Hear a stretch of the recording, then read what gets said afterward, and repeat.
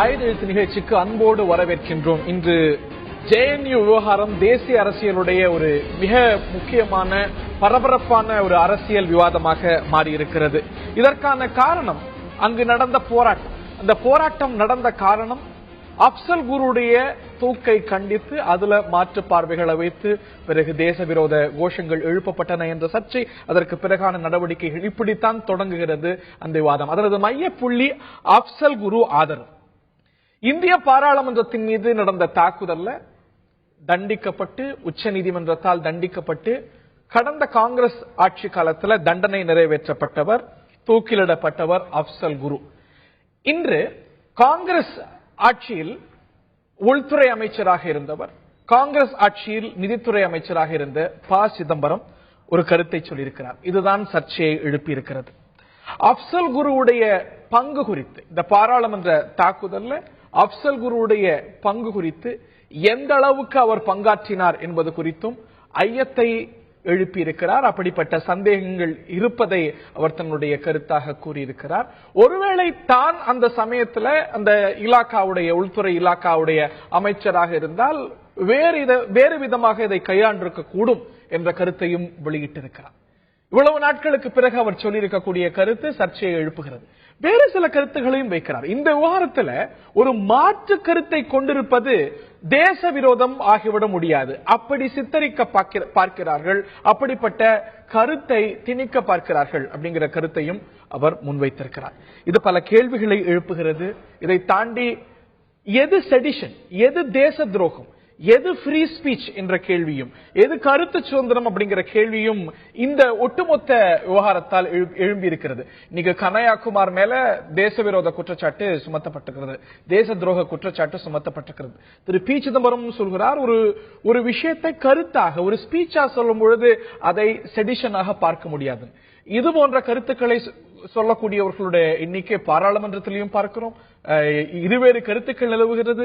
எது செடிஷன், எது தேச துரோகம், எது ஃப்ரீ ஸ்பீச், எது கருத்து சுதந்திரம் அப்படிங்கிற கேள்வியும் எழுந்திருக்கிறது. விவாதிப்போம். ப. சிதம்பரம் கருத்து அர்த்தமுள்ளதா, அரசியலா? நிகழ்ச்சியில் நம்முடைய பங்கேற்கிறார்கள் பாஜகவுடைய செய்தி தொடர்பாளர் திரு நாராயணன் அவர்கள், அதே போல பத்திரிகையாளர் திரு சுரேஷ்குமார் அவர்கள் இணைகிறார், அதே போல திரு செல்வ பெருந்தகை காங்கிரஸ் கட்சியுடைய செய்தி தொடர்பாளர் அவர் இணைகிறார், மற்றும் நம்முடைய இணைகிறார் திரு சுமன் ஸ்ரீராமன் அரசியல் விமர்சகர். என்னுடைய முதல் கேள்வி திரு செல்வ பெருந்தகை அவர்களுக்கு, காங்கிரஸ் கட்சியுடைய செய்தி தொடர்பாளர். வியப்பாகவும் அதிர்ச்சியாகவும் இருக்கிறது முன்னாள் உள்துறை மற்றும் நிதி அமைச்சர் திரு ப. சிதம்பரம் அவர்களுடைய கருத்து.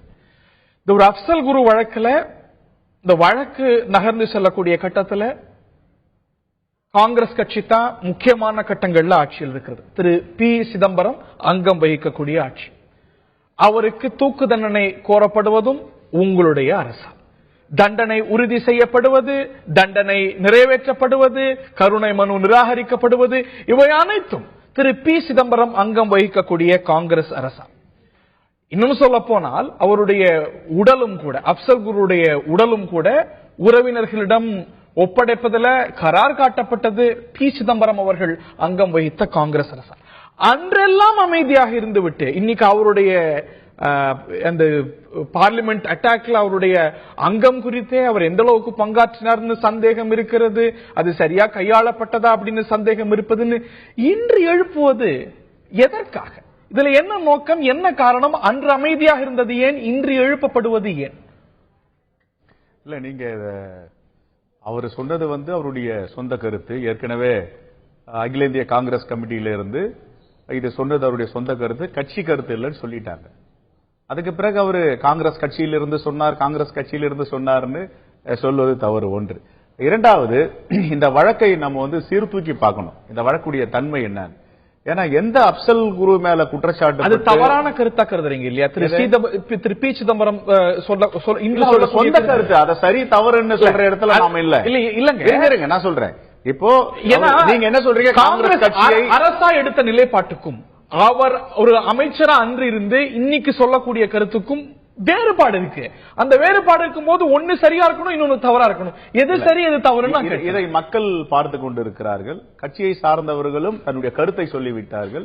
இந்த கருத்து காங்கிரஸ் கட்சி என்று மறுத்து விட்டார்கள். அவர் என்ன சொல்றாரு, நான் தூக்கு தண்டனைக்கு எதிரானவன், மரண தண்டனைக்கு எதிரானவன் ஒன்று சொல்றாரு. இரண்டாவது, இந்த வழக்கில் இவரை தூக்கில் இடப்பட்டதை இன்னும் அவரை வாழ விட்டிருக்கலாமே என்ற ஒரு எண்ணம் தோன்றுகிறது என்று சொல்றாரு. இந்த வழக்கை பொறுத்த வரைக்கும் நீங்க முதல்ல இந்த வழக்கை நீங்க அலசி ஆராயணும். என்ன இந்த வழக்கு? இப்ப இதே அப்சல் குரு இப்ப காவல்துறை போட்டா 161 CRPC 164 CRPC அவங்க என்ன வேணாலும் எழுதிக்கலாம். ஆனா இவர் அப்சல் குரு 313 ஸ்டேட்மெண்ட்ல சொல்றாரு. என்ன சொல்றாரு 313ல? உங்களை பத்தி இந்த சாட்சி சொல்றாங்க, நீங்க இந்த அம்பாசிடர் கார் வாங்கி கொடுத்தப்போ நீங்க தான் வாங்கி கொடுத்தீங்கன்னு அந்த காரை வித்தவர் சொல்றாரு கரோல் பாக்ல. இன்னொருத்தர் வீடு வாடகை டெரரிஸ்ட் 5 பேர் இருந்து சுட்டுக் கொல்லப்பட்ட தீவிரவாதிகள் இந்த வீட்டுல இருந்தாங்க, இந்த வீட்டை பிடிச்சு கொடுத்தவர் நீங்க தான் சொல்றீங்க. இது மாதிரி இவர் மேல குற்றச்சாட்டுகள் வைக்கப்படுது.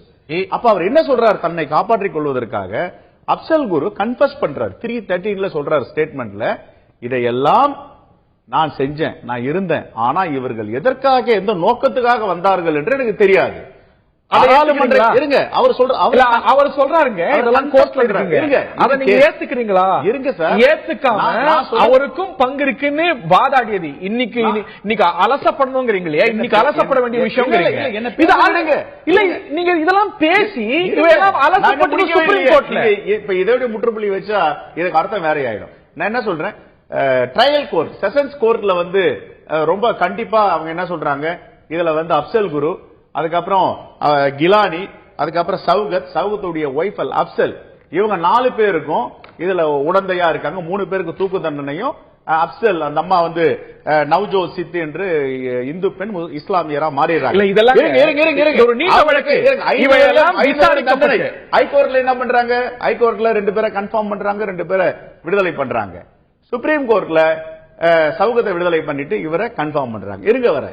அப்ப இவ்வளவு கோர்ட்டுகள் அலசி ஆராய்ந்து ஒரு தீர்ப்பை சொல்லும் போது இந்த தீர்ப்புக்குள்ள உள்ள போது நாங்க போயிட்டு இது சரியா தவறான்றது இது எங்களுடைய பார்வை கிடையாது. ஒரு சொல்பவர் உள்துறை அமைச்சரா இருந்தவர், அவருடைய தனிப்பட்ட கருத்துங்க, அவருக்கு சொல்லணும்னு தோணுது. எத்தனை நீதிபதிகள் தீர்ப்பு கொடுத்துட்டு இந்த தீர்ப்பை இப்படி மாற்றி எழுதியிருக்கலாம் என்று தோன்று கிருஷ்ணகிரி எத்தனை முறை சொல்லியிருக்காரு. கிருஷ்ணகிரி எவ்வளவு கண்டிச்சிருக்காரு அந்த தீர்ப்பெல்லாம், தூக்கு தண்டனைக்கு எதிரானவன்னு சொல்றாரு, எவ்வளவு புத்தகங்கள் எழுதியிருக்காரு. ஆக இன்னைக்கு எல்டிடி விஷயத்துல கூட தியாகராஜன் சொல்றாரு, இந்த கன்ஃபெஷன் ஸ்டேட்மெண்ட் அவர் கொடுக்கவே இல்லை, நானா எழுதுனேன். மாத்தி மாத்தி பேசுறாங்க, மனசாட்சி வேலை செய்யுது. இருங்க, சில நேரங்களில் சொந்த கருத்தை அவங்க சொல்றாங்க, இதை சொல்வதற்கு அவர்களுக்கு உரிமை இருக்கு. இது தவறான கருத்தா சரியான கருத்தா அது அவர்கள்ட்ட தான் கேட்கணும். இல்லங்க, ஏன்னா இந்த முடிவு எடுத்த கருத்து இல்ல. இருங்க, அவர் எதுல சந்தேகம் எழுப்புறாரோ அந்த முடிவுல அதற்கு மாறான முடிவுல உறுதியான இருந்தது காங்கிரஸ் கட்சி. தெளிவா சொல்ல முடியும், இது சரியா அது தப்பு அப்படின்னு.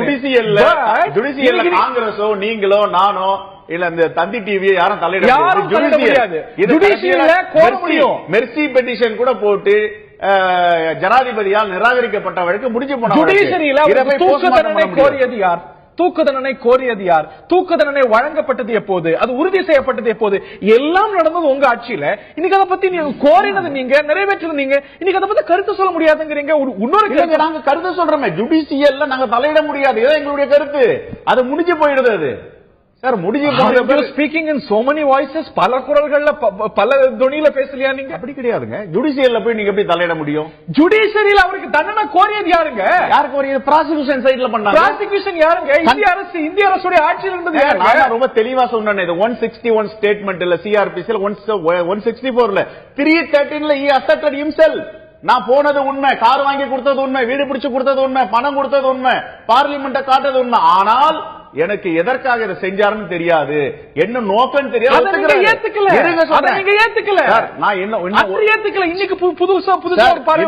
இன்னும் ஒரு படி மேல போறாங்க. உயர்நீதிமன்றத்தில் கோலின் கான்சல்சர் அட்வொகேட் என்ன சொல்றாருன்னா, இவரை மன்னித்து தூக்கு தண்டனையை ஆயுள் தண்டனையாக குறையுங்கள், இவர் வாழ வேண்டும், எல்லாத்தையும் ஒப்புக்கொள்ளுகிறோம். 313ல சொல்லி இருக்காரு, அவரு நோக்கம் என்னன்னு தெரியாதுன்றார். அதுக்கப்புறம் உச்ச நீதிமன்றத்தில் அனந்த பத்மநாபன் அவருடைய கொலீக்ஸ் சுசில்குமார் இவங்க எல்லாம் வாதாடி என்ன சொல்றாங்க, அவங்க என்ன சொல்றாங்க, இவர் தவறு செய்தார் என்பதை ஒற்றுக்கொள்ளுகிறார், ஆனால் என்ன நோக்கம் என்பது இவருக்கு தெரியாது. கேபிட்டல் பனிஷ்மெண்ட் நீங்க ஆயுள் தண்டனையா குறையுங்கன்னு கேக்குறாங்க. ஆட்சியில் இருந்தபோது நீங்க பேசிய துணிக்கும் இன்னைக்கும் சற்று வித்தியாசம் இருப்பதா? வித்தியாசமே கிடையாது. நாங்க ஜுடிஷியல்ல தலையிட முடியாதுன்னு தானே சொல்றோம். இப்பவும் அவர் கன்ஃபஸ் பண்ணியிருக்காருன்னு சொல்றோம்ல. 160 164 சிஆர்பிசி இல்ல 313 கன்ஃபஸ் பண்ணியிருக்காரு. அவருடைய தண்டனைங்கிறது சரி, அதுல மாற்று கருத்து இல்ல உங்களுக்கு. அது ஜுடிஷியல், அதை நான் சரியா தவறான்னு சொல்ல முடியாது. நீதிமன்றம் தீர்ப்பளித்து விட்டது. இதை போயிட்டு நான் போஸ்ட்மார்ட்டம் பண்ணிட்டு இருக்கிறது காங்கிரஸ் கட்சியோட வேலையில கோரிய விஷயம். இன்னைக்கு ஒரு பொசிஷன் எடுக்கிறதுல உங்களுக்கு ஏன் ஒரு தயக்கம் இருக்கு? ப்ராசிக்யூஷன் சைடுல who is the prosecution sir? prosecution government. who is the government? police. அன்னைக்கு அரசல் இருந்து யாருங்க? போலீஸ் தான். ப்ராசிக்யூஷன் யாரு? காவல்துறை தானே. சொல்லுங்க பாப்போம். இந்திய அரசு இன்னைக்கு ரெப்ரசன்ட் பண்ண எந்த அரசு வந்தாலும் காவல்துறைக்கு முழு சுதந்திரம் கொடுத்து இது சரியா தவறா என்பதை முடிவெடுங்கன்னு சொல்றாங்க. ஹோம் மினிஸ்ட்ரியில இருக்கக்கூடிய நிலைப்பாட்டுக்கும் இந்திய அரசுக்கும் இந்த ஹோம் மினிஸ்டர் சொல்றதை எல்லாம் காவல்துறை கேக்குதுங்களா? இப்படி காவல்துறை சொல்றத உள்துறை கேட்கமா? சார், இது உச்ச நீதிமன்றத்தால் ஜனாதிபதியால் முடிவுக்கு வந்த ஒரு விஷயம். இத போயிட்டு நீங்க போஸ்ட்மார்ட்டம் பண்ணிட்டு சரியா தவறான்னு உள்ள போறது சரியில்லை. உங்கள் கட்சியுடைய மிக மூத்த தலைவர் சொந்த கருத்துன்னு சொல்லிட்டேன்ல. அவருடைய சொந்த கருத்து, கட்சியோட கருத்து இல்ல. அது சரியான கருத்தா தவறான கருத்தான்னு ஒரு நிலைப்பாட்டுக்குள்ளே போக மாட்டேங்கிறீங்க. எங்க ஸ்போக்ஸ்மேன் அதுல ரொம்ப தெளிவா சொல்லிட்டாரு. ஏசி ஸ்போக்ஸ்மேன் விலகி இருக்காரு. சொல்லுங்க, அது சரியா தப்பான்னு சொல்றது கூட போல. அதுல இருந்து he has just merely அவரோ நீங்களோ you are merely distancing. இல்லங்க, நீதியின் மேல் நம்பிக்கை வைத்திருக்கிறோம். நீதிமன்றம் தீர்ப்பளித்திருக்கிறது. அதற்கு மேல் அவர் கருணை மனு மெர்சி பெட்டிஷன் போட்டிருக்கார். அது நிராகரிக்கப்பட்டிருக்கு. ஓகே, நான் திரு நாராயணன் அவர்கள்ட்ட கேட்க வரும்போது அப்சல் குரு தூக்கு விவகாரத்துல மாற்று கருத்துகள் இருப்பதை நீங்க நிச்சயம் உணர்வீங்க. திரு பி சிதம்பரம் என்ன சொல்றாரு, அவர் இதை கிளாரிஃபை பண்றாரு மிக தெளிவா. இது என்னுடைய கருத்து என்பது அல்ல, இப்படிப்பட்ட கருத்துக்கள் இருக்கின்றன அப்படிங்கிறது, இந்த எல்லாம் கருத்துக்கள் இருக்கு அப்படிங்கிறார். இப்படிப்பட்ட மாற்று கருத்துக்கள் இருப்பதனாலேயே அந்த கருத்துக்களை தேச விரோதம், ஆன்டி நேஷனல் என்று முத்திரை குத்துவது தவறு என்கிறார். To you have a different view? இதுல வேற கருத்து இருக்கா உங்களுக்கு? இதுதானே நீங்களும் பல கட்டத்தில் ஏற்றுக்கிட்ட விஷயம். எது தேசபக்தி என்று சொன்னால், இந்தியா வளமாக இருக்க வேண்டும், நலமாக இருக்க வேண்டும் என்று சொன்னால் அது தேசபக்தி. ஆனால் இந்தியா ஒழிக என்று சொன்னால் அது தேச துரோகம் தான். எது தேசப்பற்று என்று சொன்னால், இந்தியா ஒற்றுமையாக இருக்க வேண்டும் என்று சொல்வது தேசப்பற்று. ஆனால் இந்தியா துண்டாடப்பட வேண்டும் என்று சொல்வது தேச விரோதம், தேச துரோகம் தான்.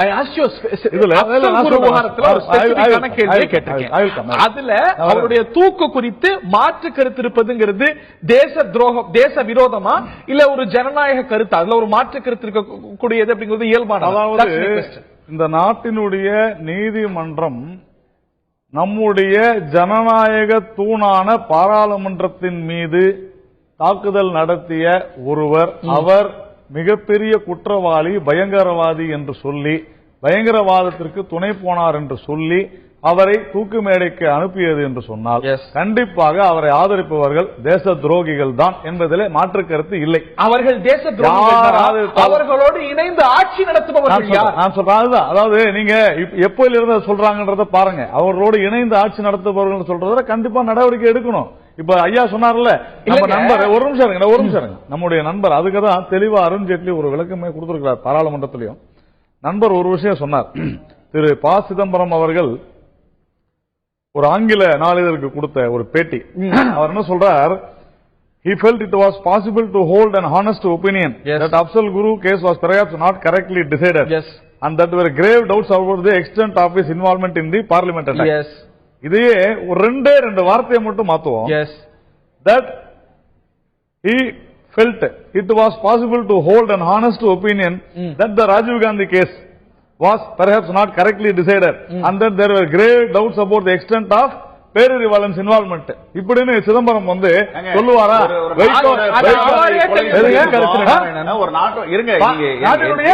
என்ன பேசுறீங்க நீங்க? என்ன பேசுறீங்க? சொல்லுவாரா? நீங்க சொல்லுவீங்களா? நீங்க சொல்லுவீங்களா? அதை என்ன சொல்லுவீங்க? நீங்க சொல்லுங்க. பேரறிவாளன் மீது பேரறிவாளன் செய்யல நீங்க சொல்லுவீங்களா? ராஜீவ் காந்தி என்ற மனிதரை அது வேற பாராளுமன்ற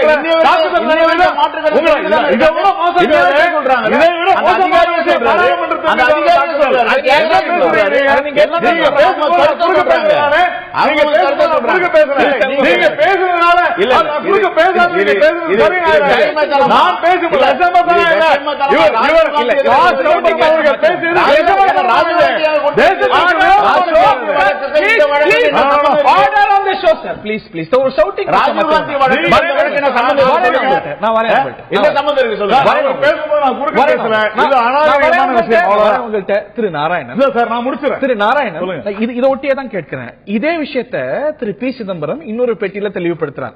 ராஜீவ் காந்தி வழக்கிலையும் மாற்று கருத்துகள் இருக்கிறது, இந்த வழக்கிலையும் மாற்று கருத்துக்கள் இருக்கிறது. இவை இரண்டும் என்னுடைய கருத்துக்கள் அல்ல, இது ஏற்கத்தக்கது அல்ல, ஆனால் இது தேச விரோதமும் அல்ல. நீங்க இதை தேச விரோதம் கேட்கிறேன். அதை யார் முடிவு பண்ணும்? பாசிதவரமா முடிவு பண்ணா? யார் முடிவு பண்ண? காங்கிரஸ் கட்சியோ பாஜகவோ கூட இல்ல. அவர் சொன்னார் பாருங்க, இது இந்த நாட்டினுடைய போலீஸ் சுதந்திரமா இருக்கு. நான் என்ன கேட்கிறேன், அப்போ தாதிரி சம்பவத்துல நீங்க மாநில உத்தரப்பிரதேச மாநில போலீஸ் தான் சொல்லிருக்கலாம். காங்கிரஸ் கம்யூனிஸ்ட் எதற்காக நீங்க தேவையில்லாத இந்திய அரசாங்கத்தை சொன்னீங்க? விமுலா மரணத்துல ஹைதராபாத் போலீஸ் அதையெல்லாம் விட்டுட்டு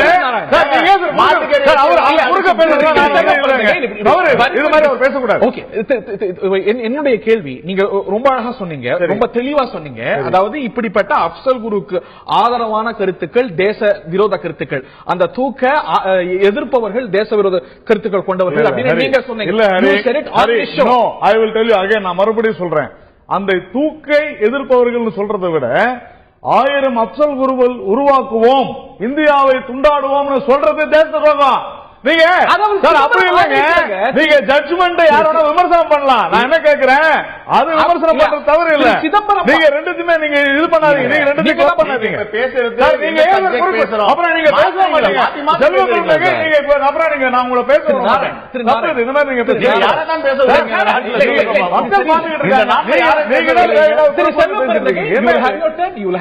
நிச்சயமா என்னுடைய கேள்வி இந்த ஒரு விஷயத்துல, அப்சல் குரு விஷயத்துல இன்னைக்கு திரு பி சிதம்பரம் கருத்தா நீங்க சொல்றீங்க, அது என்னுடைய கருத்து அல்ல, இப்படிப்பட்ட கருத்துக்கள் இருக்கிறது அப்படிங்கிறாரு. அப்படி கருத்துக்கள் இருந்தாலே இது சரியில்லைங்கிறீங்க. அந்த சரியில்லாத கருத்தை கொண்டவர்கள் தான் உங்களோட தோல்வி. நான் என்ன சொல்றேன், எப்ப சொன்னாங்க தூக்கு நிறைவேற்றப்பட்ட பிறகு அதுதாங்க, அதை வந்து அவங்க இதுல வந்து வாதமா செய்யலாம். அந்த ஜட்ஜ்மெண்ட் அவங்க சொல்லலாம், தவறு இல்ல. எத்தனையோ ஜட்ஜ்மெண்ட் வந்து விமர்சனம் பண்றாங்க, அது வேற. ஆனால் அதற்காக இந்த நாட்டை துண்டாடுவோம் யாரா பேசிருக்காங்களா? ஜவஹர்லால் நேரு யூனிவர்சிட்டியில இந்த நாட்டை துண்டாடுவோம் பேசிருக்காங்க. நாட்டை துண்டாடுவோம், அப்புறமா இந்தியா ஒழிக, பாகிஸ்தான் வாழ்க. என்ன கோஷம் அது? ஏற்கத்தக்கது ஏற்கத்தக்கது. அப்ப கேஸ் நான் என்ன சொல்றேன், ஐயா கேஸ் நாங்க இல்லங்க, கேஸ் போலீஸ் போடுது.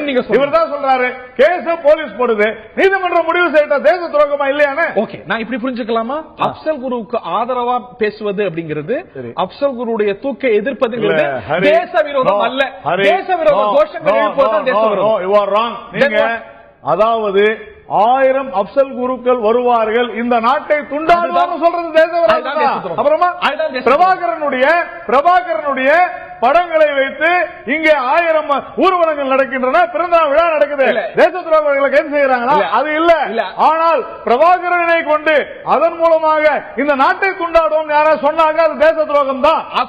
அப்சல் குருவுடைய தூக்கில மாற்று கருத்து கொண்டிருப்பது, இல்லாட்டி அதுல வந்து எதிர்கருத்து கொண்டிருப்பது தேச துரோகம் அல்ல, தேச விரோதம் அல்ல. இந்த நாட்டை துண்டாடுவோம் 1000 அப்சல் குரு இந்த நாட்டினுடைய சார் இல்ல சார், அப்சல் குரு யாரு? தேச துரோகியா இல்லையா? அவ்வளவுதான் விஷயம். ஒரு தேச துரோகிக்கு ஆதரவாக பேசினால் தேச துரோகம் தான். தூக்குல மாற்று கருத்து கொண்டவர்கள் தேச விரோதிகள் இல்லைங்க. ஒரு தேச துரோகிக்கு ஆதரவாக பேசினால் தேச துரோகம் தான். அப்சல் குரு தேச துரோகியா இல்லையா? இதுதான் விவாதமே. இப்போ விஷயம் அவ்வளவுதான். அவருக்கு ஆதரவா பேசுறது, யார் ஆதரவா பேசினாலும் அவர்கள் தேச விரோதிகள் தான். அந்த தேச இல்ல, நீங்க தவறா சொல்றீங்க. மறுபடியும் அப்சல் குருக்களை உருவாக்குவோம் யாரும் பேசினாங்களா?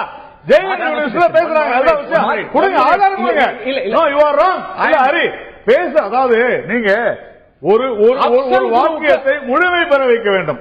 நீங்க ஜட்ஜ்மெண்ட் வந்து விமர்சனம் பண்றதுங்கிறது வேற. ஆனால் அந்த ஜட்ஜ்மெண்ட் மூலமா இது தவறு, இது போன்ற விரோதிகளை, இது போன்ற பயங்கரவாதிகளை நாங்கள் உருவாக்குவோம் என்று சொல்வது உறுதியாக தேச துரோகம் தான். தூக்க எதிர்ப்பதுங்கிறது பிரச்சனை இல்ல, சரி இல்லையா? இல்ல, அது தூக்கு தண்டனை, ஒவ்வொரு தூக்கு தண்டனைக்கு தான் பேசுறோமே. அப்சல் குரு தூக்கு தண்டனை யாரு? சிதம்பரம் எதிர்த்திருக்கணும் அன்னைக்கு, அவர் இன்னைக்கு வந்து சொன்னாரு. அப்சல் குரு தூக்க எதிர்ப்பதுங்கிறது தேச விரோதம் இல்ல. அதாங்க ஜட்ஜ்மெண்ட் எதிர்க்கிறது தேச விரோதம் இல்ல. அவருக்கு நிறைவேற்றப்பட்ட தூக்க எதிர்ப்பது இல்லாட்டி அவருடைய அப்சல் குரு அதை பத்தி விவாதம் நடத்திக்கிட்டோம். இல்ல இல்ல, இப்ப நடத்திக்கிட்டு தான் இருக்காங்க. மை டியர் ஹரி, இல்ல இல்ல, நீங்க நிரபராதின்னு சொல்ல முடியாது. குற்றவாளி ஜட்ஜ்மெண்ட் வந்திருக்குது. அவர்களுடைய பார்வை. அவர்கள் சொன்னார். நான் என்ன கேட்கிறேன், இல்ல இல்ல ஹரி, நீங்க இல்ல இல்ல, நீங்க தப்பா சொல்றீங்க. நீங்க இஷ்யூ வந்து டைவர்ட் பண்ணாதீங்க. ராஜீவ் காந்தி கொலை வழக்கின் போது காங்கிரஸ் திராவிட முன்னேற்ற கழகத்தை ராஜீவ்காந்தி கொலையில் சம்பந்தம் இருக்குன்னு சொன்னாங்களா இல்லையா? இல்லையா? அப்போ திருப்பி அவங்க கூட்டணி வச்சுக்கிட்டாங்க. ஏன் வச்சாங்க? திமுக மேல இருந்த குற்றச்சாட்டு வரல. சம்பந்தம்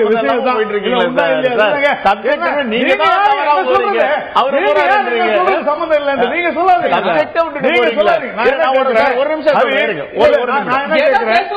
சொல்றீங்களோ எக்ஸாக்ட்லி தான். இன்னைக்கு வந்து அவரை தூக்கிலிட்டிருப்பது அப்படிங்கிறது நீதி கேள்வி கூட்டணி ஆட்சி. காஷ்மீரை நாங்கள் பிரித்து பாகிஸ்தானுக்கு கொண்டு சொல்லும் சொன்னாங்களா?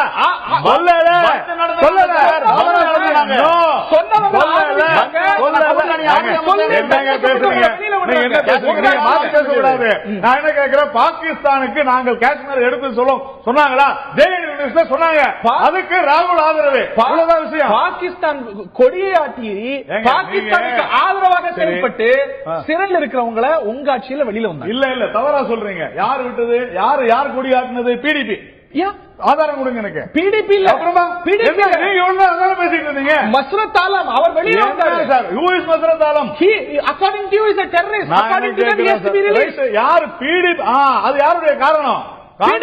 காங்கிரஸ் ஆட்சி அது நீட்டிக்கல சார். நீங்க ரெக்கார்டு பாருங்க. சட்டப்படி நடந்திருக்கிறது. இல்ல இல்ல, தவறா சொல்றீங்க. நீங்க தவறா சொல்றீங்க.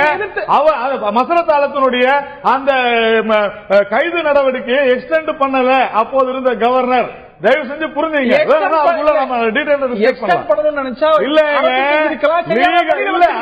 யார் செஞ்சது? வெளியே போனாங்க. அதான் உண்மை. சீரியஸா டிஸ்கஸ் பண்ணுவோம். தவறு இல்ல.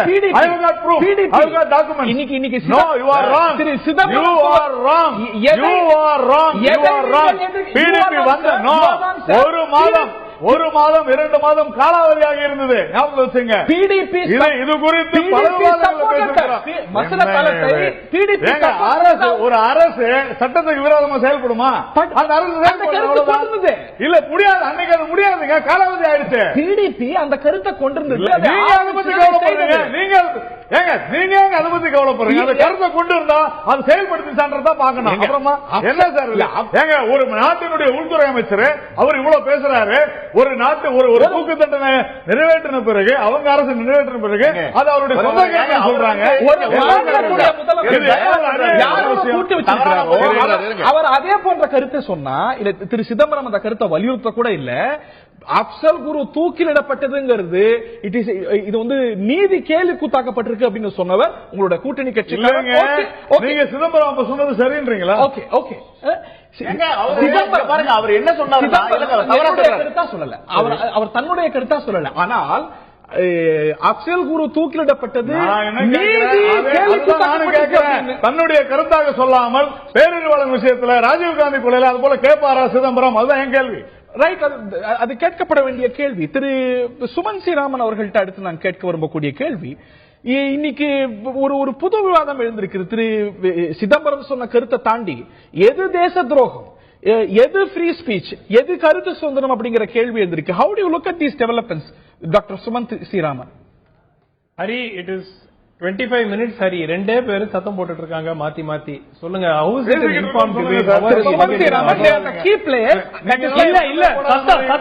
அப்புறமா சார் கேட்கலையா சார்? ரெண்டு பேரும் எப்படி சார் கேக்குது? Let's have a civil debate.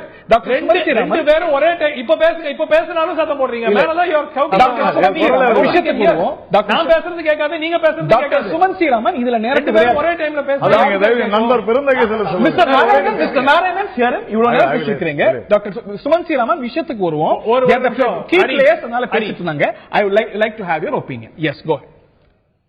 ஒரு நிமிஷம். அப்சல் குருவை பொறுத்த வரைக்கும் அந்த ட்ரையல் சரியாக நடத்தப்பட்டதா இல்லையா அப்படிங்கிற பல கேள்விகள் அந்த ட்ரையல் முடிந்த உடனேயே எழுப்பப்பட்டன. அது முதல் முறையாக திரு சிதம்பரம் தான் அந்த சந்தேகத்தை எழுப்புறாருங்கிறதே கிடையாது. அடிப்படையாக அப்சல் குருவினுடைய ட்ரையல் நடக்கும் போது டிஃபென்ஸ் எக்ஸாமினேஷன் பண்ணும்போது அவருக்கு வக்கீலே இல்ல.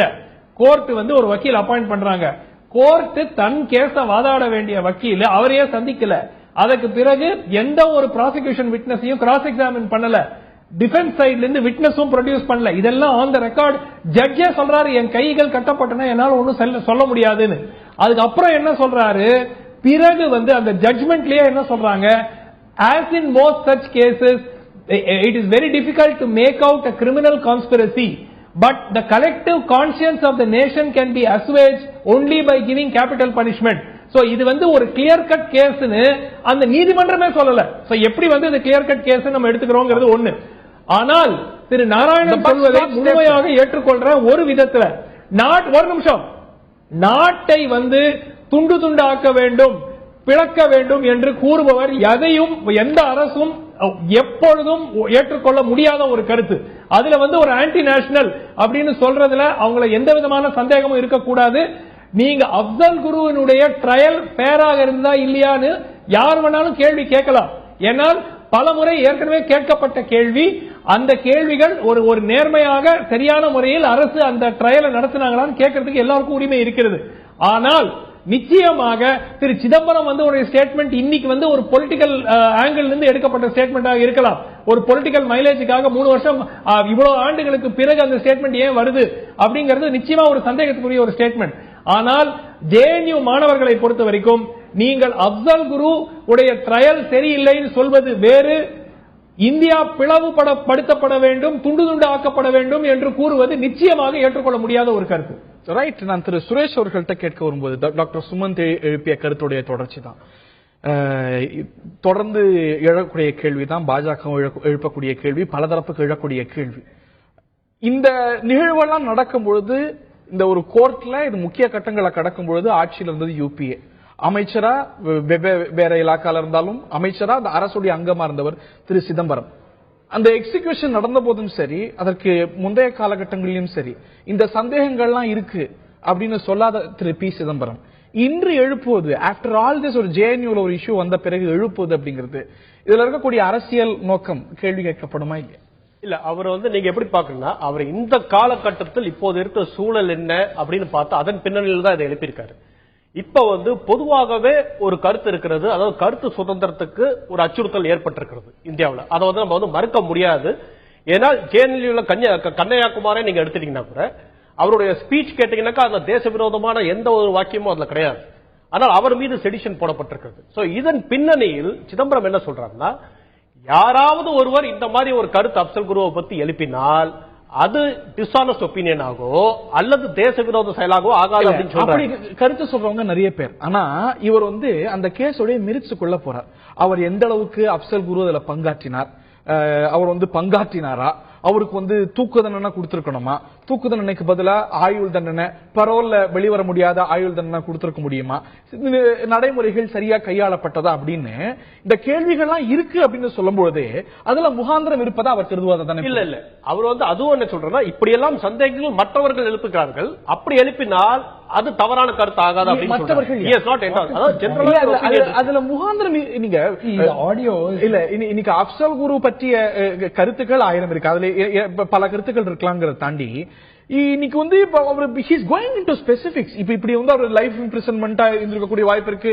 நான் ஒருவேளை உள்துறை அமைச்சரா இருந்தா வேற முடிவு எடுத்திருப்பேன் அப்படிங்கும் போது இந்த கருத்துக்கள் பலர் ஏற்கனவே அதை சொல்லி இருக்காங்க. இல்லங்க, பலர் ஏற்கனவே சொல்லி இருக்காங்க. பிரசாந்த் பூஷன் சொல்லி இருக்காரு, பிரசாந்த் பூஷன் சொல்லுவாங்க, அருந்ததி ராய் சொல்லி இருக்காங்க, எல்லாரும் சொல்லி இருக்காங்க. இதே கருத்து முன்னாடி வரலங்கிறது சொல்ல முடியாது.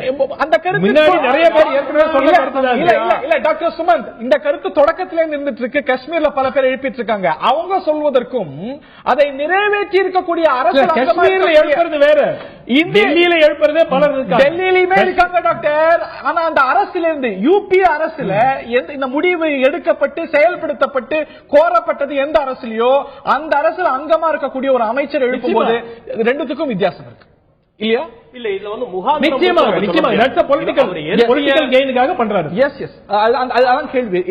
எழுப்பிய அந்த கருத்து வந்து ஒரு மிகப்பெரிய ஒரு நல்ல விஷயம் தான் நான் பாக்குறேன். ஏன்னா அது வந்து it has once again reopen the debate of Afzal Guru. Why did he not say that earlier? அதுதான் அது வந்து அப்ப வந்து நீங்க பாருங்க காலகட்டத்தில் காங்கிரஸ் செயல்பட்டதே தவறு. ஏனென்றால் அப்சல் குருவோட மர்சி பெட்டிஷனை பிரசிடென்ட் பிரணாப் முகர்ஜி ரிஜெக்ட் பண்றாரு.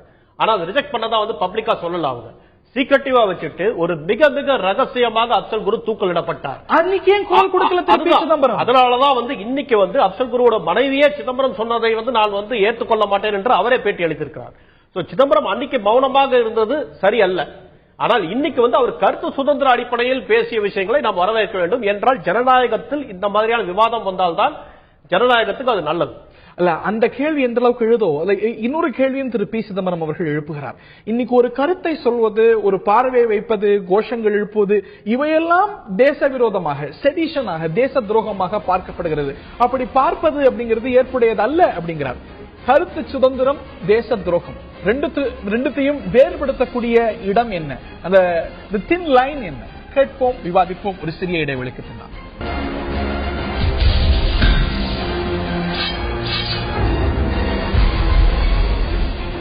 ஆயுதெழுத்து நிகழ்ச்சிக்கு மீண்டும் அன்போடு வரவேற்கின்றோம். அப்சல் குரு விவகாரத்தில் திரு பி சிதம்பரம் சொன்ன கருத்து சர்ச்சையை ஏற்படுத்தி இருக்கிறது. எது கருத்து சுதந்திரம், எது தேச துரோகம் அப்படிங்கிற விவாதமும் எழுந்திருக்கிறது. பாராளுமன்றத்திலும் நடந்து வருவது குறிப்பிடத்தக்கது. இது சார்ந்தான் டாக்டர் சுமன் ஸ்ரீராமன் அவர்கள்ட்ட நான் கேட்க விரும்புறேன்.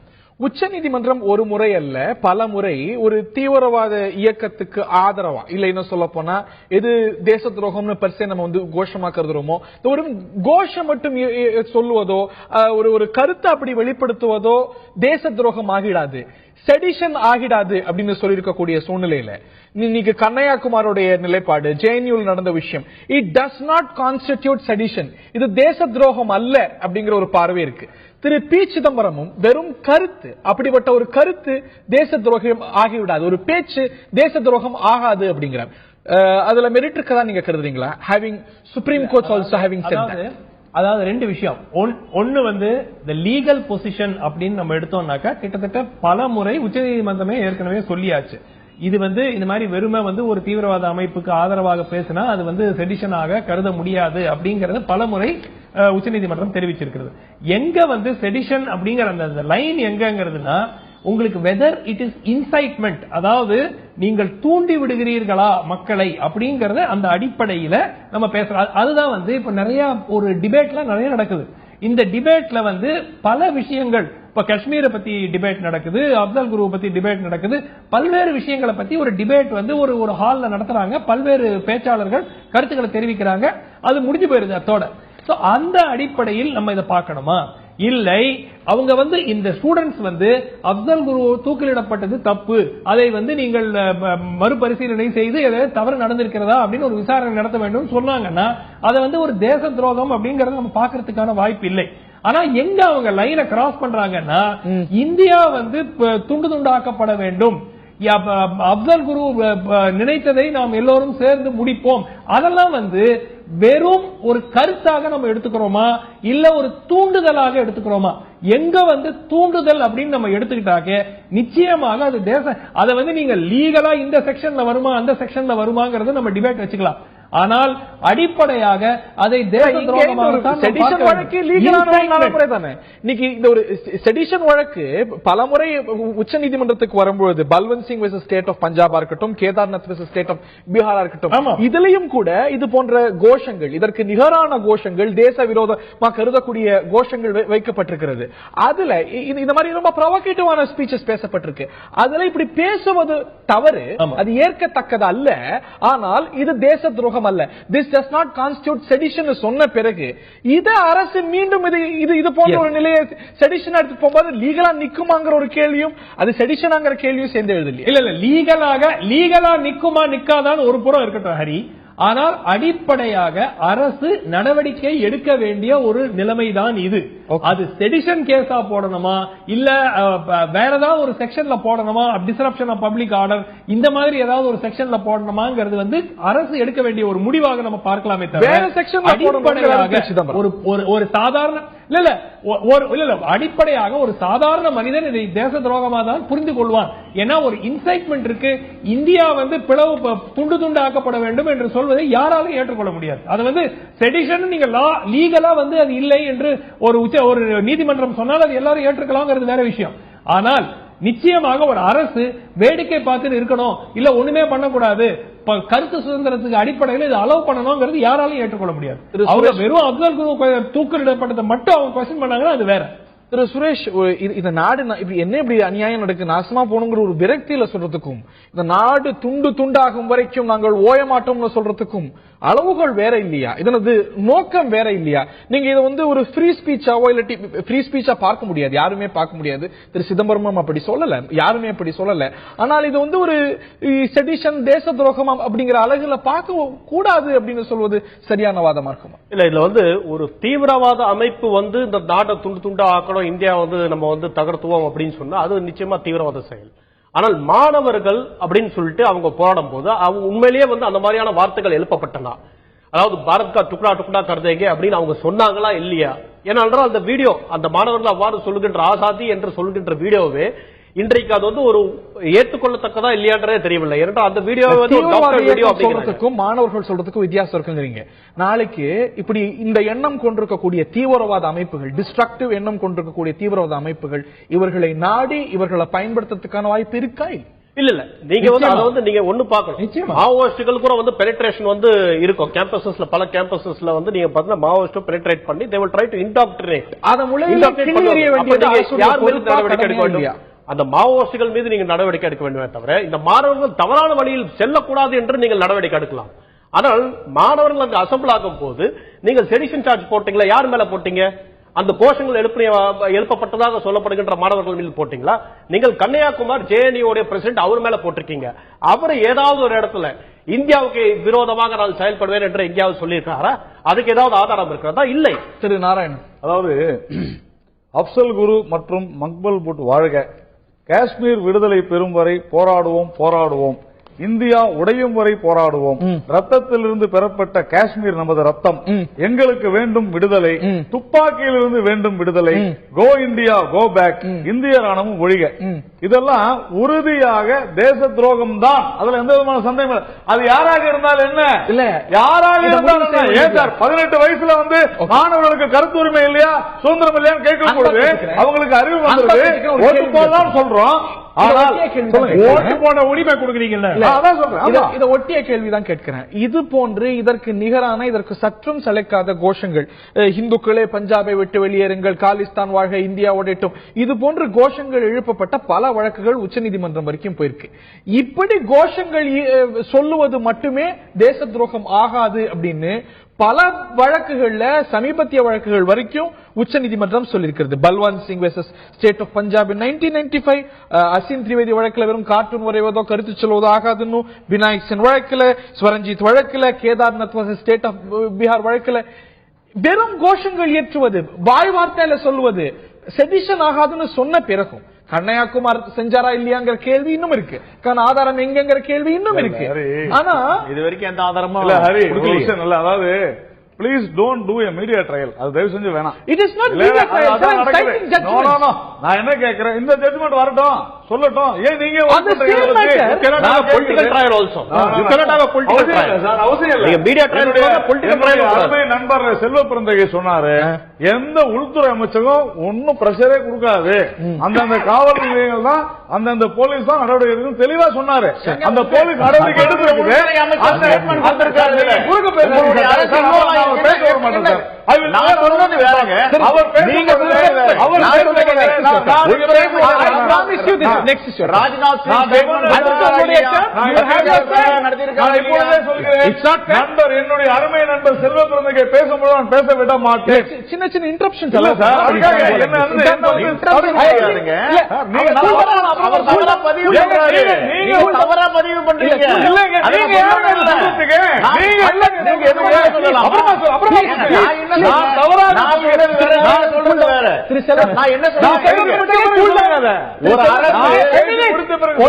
ஒரு நிமிஷம் கூல் டவுன். உங்க கருத்து முடிச்சீங்க. அடுத்து உங்கள்கிட்ட தான் வரேன். நான் என்ன கேட்கிறேன், சையது உமர் காலித், அனிர்பன் பட்டாச்சாரியா, அசுதோஷ் குமார், ராமா நாகா, அனந்த் பிரகாஷ் நாராயணன், கண்ணாயா குமார், ஐஸ்வர்யா அதிகாரி, ஸ்வேதா ராஜ், இவங்க அத்தனை பேருமே தொடர்ந்து இது போன்ற நடவடிக்கைகள் ஈடுபடுகிறார்கள் ரெக்கார்ட் கனெக்ட் பண்ணிருக்காங்க. அதை நாம இங்க ட்ரையல் பண்றது வேஸ்ட். நான் என்ன சொல்றேன், தேச துரோகமான செயல்களை செய்து கொண்டிருக்கிறார்கள். ஆவணங்களை நீதிமன்றத்தில் சமர்ப்பித்திருக்கிறார்கள். அதுதான் விஷயம். நான் என்ன கேட்கிறேன்,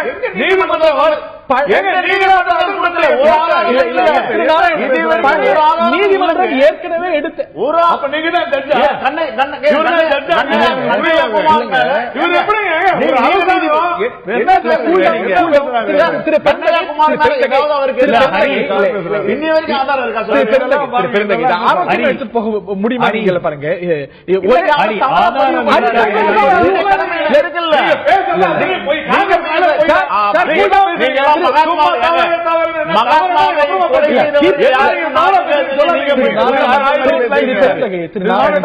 மக்கள் பார்த்துட்டு இருக்காங்க. என்ன பேசுவாங்க புரியாம போயிடும்.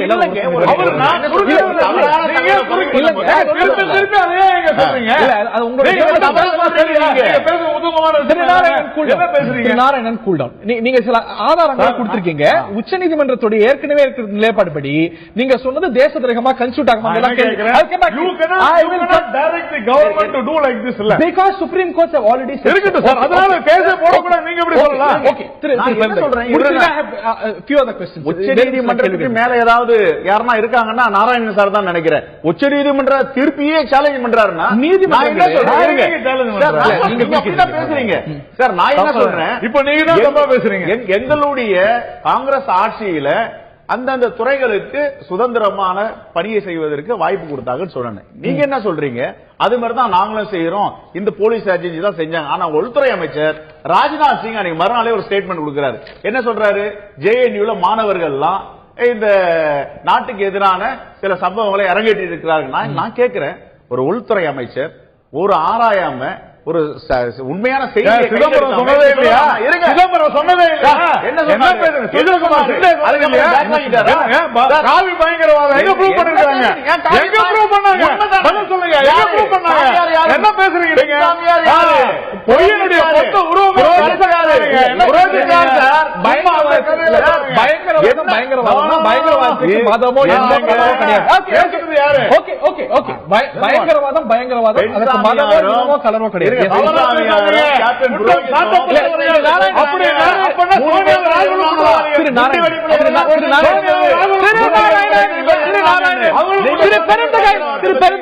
கொஞ்ச நேரத்துக்கு முன்னாடி தான் குறுக்கிட கூடாது. நீங்க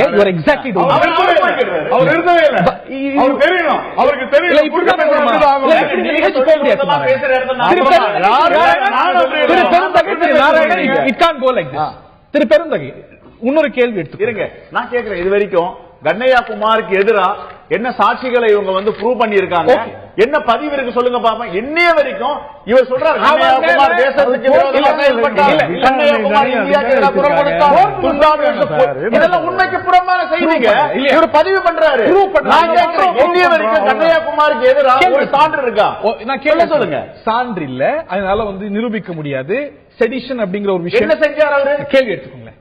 செடிஷன்ங்கிறதே அதீதம். ஒரு பேச்சோ கருத்தோ செடிஷனா ஆகக்கூடாது. இது முன்னாள் உள்துறை அமைச்சர் இன்னைக்கு சொல்லக்கூடிய விஷயம். செடிஷன் விவகாரத்துல, தேச துரோக விவகாரத்துல ஒரு வித்தியாசமான ஒரு கடுமையான நிலைப்பாட்டை இன்று எடுக்கிறார். அவர் சார்ந்திருக்கக்கூடிய இதே தமிழ்நாட்டில தான் கூடங்குளத்துல 8000 பேருக்கு மேல குழந்தைகள் உட்பட குழந்தைகள் மேல தேச துரோக வழக்கு போடப்பட்டது. இன்னைக்கு அப்சல் குரு விவகாரத்துக்கு பிறகு, ஜேஎன்யூ விவகாரத்துக்கு பிறகு கொந்தளிக்கக்கூடிய அவர் அன்னைக்கு தமிழ்நாட்டுல அவர்கள் மேல சுமத்தப்பட்ட தேச துரோக வழக்குக்கு ஏன் கொந்தளிக்கல?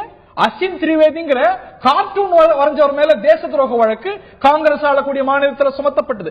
அன்னைக்கே அவர் கொந்தளிக்கல. எங்க இப்போ நீங்க கூடங்குளம் சொல்றீங்க, கூடங்குளத்துல என்ன நடந்துச்சு?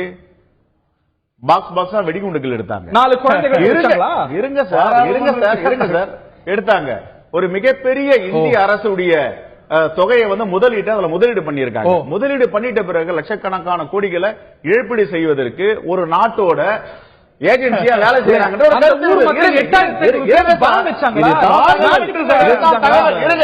இருங்க சொல்றேன். ஆனா அவர்கள் இந்த தேசத்துக்கு எதிராக பேசினாங்களோ இல்ல பேச்சுரிமை பறிச்சுட்டோ அவர்கள் மேல தேச விரோத சக்திகள் குழந்தைகள் கைது. அன்னைக்கு ஏன் கொந்தளிக்கல? அன்னைக்கு அணுவலை எதிர்த்து போராடுவது செடிஷன், தேச துரோகம் சொல்றதை கேளு. ஆனா அது நீங்க யாரு கேட்கணும்னா டெல்லியில தலைநகர் ஆட்சியாளரை கேட்கணும். இன்னைக்கு இருக்கிற முதலமைச்சர் கேட்கணும். ஆதரித்தது முதலமைச்சர் கேட்கணும். ஏன் கேட்கணும்? எப்படி அதிமுக ஆட்சியை பண்ணி ஆதரிச்சாங்களா? அந்த கூடங்குளம் விஷயத்துல தேச துரோக வழக்கு போட்ட நிலைப்பாட்டை காங்கிரஸ் அரசு, காங்கிரஸ் கட்சி கைகொட்டி ரசித்தது, வேடிக்கை வரவேற்றது. You have welcome that. Sir நீங்க இந்த ப்ராஜெக்ட் வரணும் தமிழ்நாட்டுக்கு, அது வேற விஷயம் தான் சொன்னாங்க. அது உங்களுடைய கருத்து, பலருடைய கருத்து. ஆனா அதற்கு எதிரான ஒரு கருத்து மேல கருத்து கொண்ட குழந்தைகள் உட்பட தேச துரோகம் போட்டது என்ன மாதிரியான மனம்? குழந்தைகள் மேல உண்மையிலேயே தேச துரோக வழக்கு போட்டா அது யார் செஞ்சாலும் தவறு. அன்னைக்கே திரு சிதம்பரம் கண்டிக்கல, அன்னைக்கே திரு ராகுல் காந்தியோ காங்கிரஸ் கட்சியோ திரு செல்வ பெருந்தகையோ கண்டிக்கல. இன்னைக்கு அதை இன்னைக்கு வேற ஒரு வாரத்துல தேச துரோக விஷயத்தை எடுத்துட்டு அதுல மாற்று கருத்து தெரிவிக்கிறீங்கன்னா அரசியல் நோக்கம் இல்லாம வேற அரசியல் நோக்கம் இல்ல. இதுல என்ன அரசியல் நோக்கம் இருக்கு? என்ன அரசியல் நோக்கம்? அப்சல் குரூப் பத்தி மக்களுடைய பணத்தை, வரி பணத்தை அதுல முதலீடு பண்ணிருக்காங்க. ஒரு மிகப்பெரிய ப்ராஜெக்ட் அது.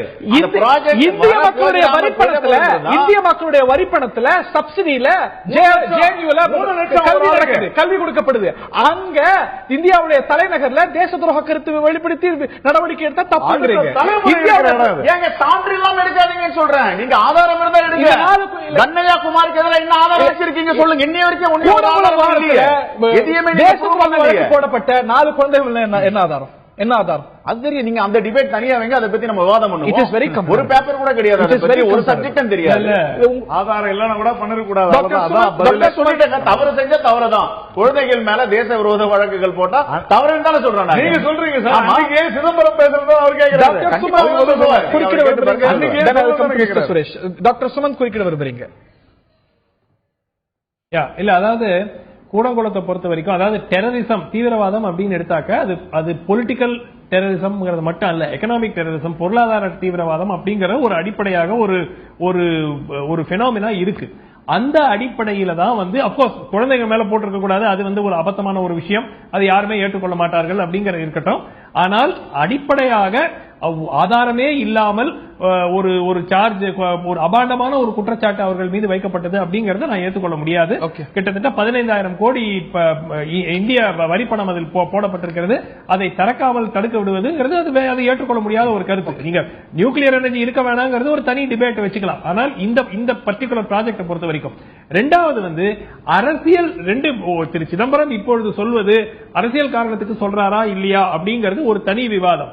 அரசியல் காரணத்துக்கு சொல்றாரு அப்படிங்கறதே நம்ம எடுத்துக்கொண்டால் கூட அவர் சொல்வதில் ஏதேனும் நம்ம யோசிக்க வேண்டிய ஒரு விஷயம் இருக்கிறதா அப்படிங்கறத பார்க்கணும். ஜேஎன்யூல பேசுற மாணவர்கள் பேசுவது பியாண்ட் லைன், அதாவது ஒரு கோடு நம்ம போட்டிருக்கிறோம், அந்த கோட்டை தாண்டி அவர்கள் சென்று விட்டார்கள். கண்ணையாகுமாருக்கு மீது எவிடன்ஸ் இருக்கா இல்லையாங்கிறது விசாரணைக்கு பிறகுதான் வரும். எவிடன்ஸ் இல்லைன்னா ஒரு கோர்ட் விடுவிக்க போகுது. அடிப்படையாக கோஷங்கள் எழுப்புவது எந்த விதமான தவறு இல்லை அப்படின்னு ஒரு அரசு வேடிக்கை பார்த்து கொண்டு இருக்கணும் அப்படிங்கிற எதிர்பார்ப்பது முடியாது. நாளைக்கு என்ன இதே எதிர்கட்சிகள் என்ன சொல்லுவாங்க, இவ்வளவு இன்சைட் நாளைக்கு ஏதாவது ஒரு சம்பவம் ஜேஎன்யூல நடக்குதுன்னு வச்சுக்கோங்க, ஒரு தீவிரவாத சம்பவம் நடக்குது, இந்த மாணவர்கள் 6 மாசம் முன்னாடியே கோஷம் போட்டாங்க, இந்த அரசு ஏதாவது செஞ்சுச்சா, வேடிக்கை பார்த்துட்டு எவ்வளவு ப்ராசஸ் எவ்வளவு மெத்தட் இருக்கு, அரெஸ்ட் பண்ணி உள்ள போனது கிடையாது. எங்க அஸ்வின் திரிவேதிக்கெல்லாம் இல்லங்க வேடிக்கை பார்க்கணும்னு சொன்னது எப்படிங்க சொல்ல முடியும்? ஒருத்தர் காற்று வரைஞ்சாரு, அது தேச துரோகம் காங்கிரஸ் ஆளக்கூடிய அரசு தான் போட்டது. நான் சொல்றது மாணவர்களை பத்தி பேசுறேங்க. இல்லங்க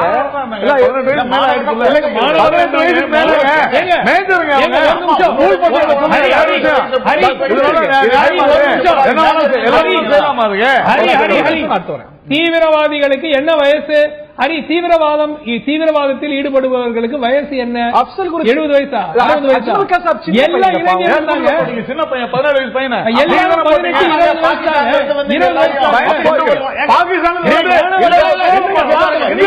18 20 குருவியும் ஜேஎன்யூ மாணவர்களையும் ஒன்னா சேர்க்க என்ன பேசுறீங்க? கசாப்பியும் ஜேஎன்யூ மாணவர்களையும் ஒன்னா சேர்க்க முடியாது.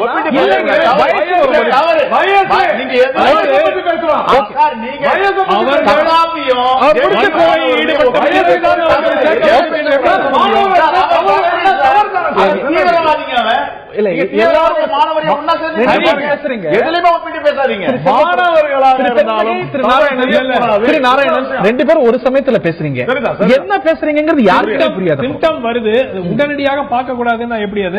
இல்ல ஒரு அறிகுறி இருக்கும் பொழுது அந்த மாணவர்கள் தீவிரவாதிகளா இல்லையாங்கிறது பேச்சு இல்லை. நாளைக்கு இதை அப்படியே விட்டுவிட்டால் தீவிரவாதிகளாக சிலர் மாறக்கூடும் அப்படிங்கிற அபாயம் இருக்கிறது. கடமை இருக்கிறது.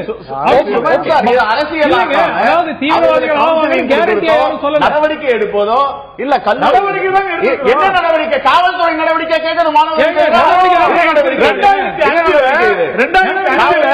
மன்மோகன் சிங் மன்மோகன் சிங் அரசுக்கு எதிராகவும் கைது பண்ணாங்க. அவங்க மேல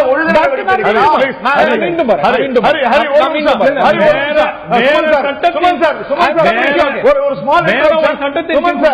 2004 மன்மோகன் சிங் பிரைம் மினிஸ்டர் இருந்த பொழுது இதே ஜவஹர்லால் நேரு யூனிவர்சிட்டியில அதே இடத்துல மன்மோகன் சிங் ஒழிக, இந்திய அரசு ஒழிக அப்படின்னு சொல்லி இவங்க அரசுக்கு எதிராக கோஷம் போட்ட 4 மாணவர்களை கைது செய்து சிறையில் அடைத்தார்களா இல்லையா? அப்ப எங்க போனாரு செல்வ பிறந்தகை? பதில் சொல்லுங்க. இல்லங்க, அவர் சட்டம் ஒழுங்கு உட்பட்டு ஐயா அதுதான் சொல்றாரு. கவுன்சிலிங் கொடுங்க. இல்லங்க, அதாவது காங்கிரஸோட நிலைப்பாடு கவுன்சிலிங் எல்லாம் இல்ல, வேற நடவடிக்கை எடுத்திருக்காங்க. மன்மோகன் சிங் கைது பண்ணா சரி, கைது பண்ணா தவறா? டாக்டர் கம்மிங் பேக் இல்ல, அவங்க வந்து கைது தப்புன்னு சொல்றாரு. நீ திரு சிதம்பரம் கூட ஏன் தேச துரோக வழக்கு போடுறீங்க? Who is P. Chidambaram to say you should not do like this? He was the former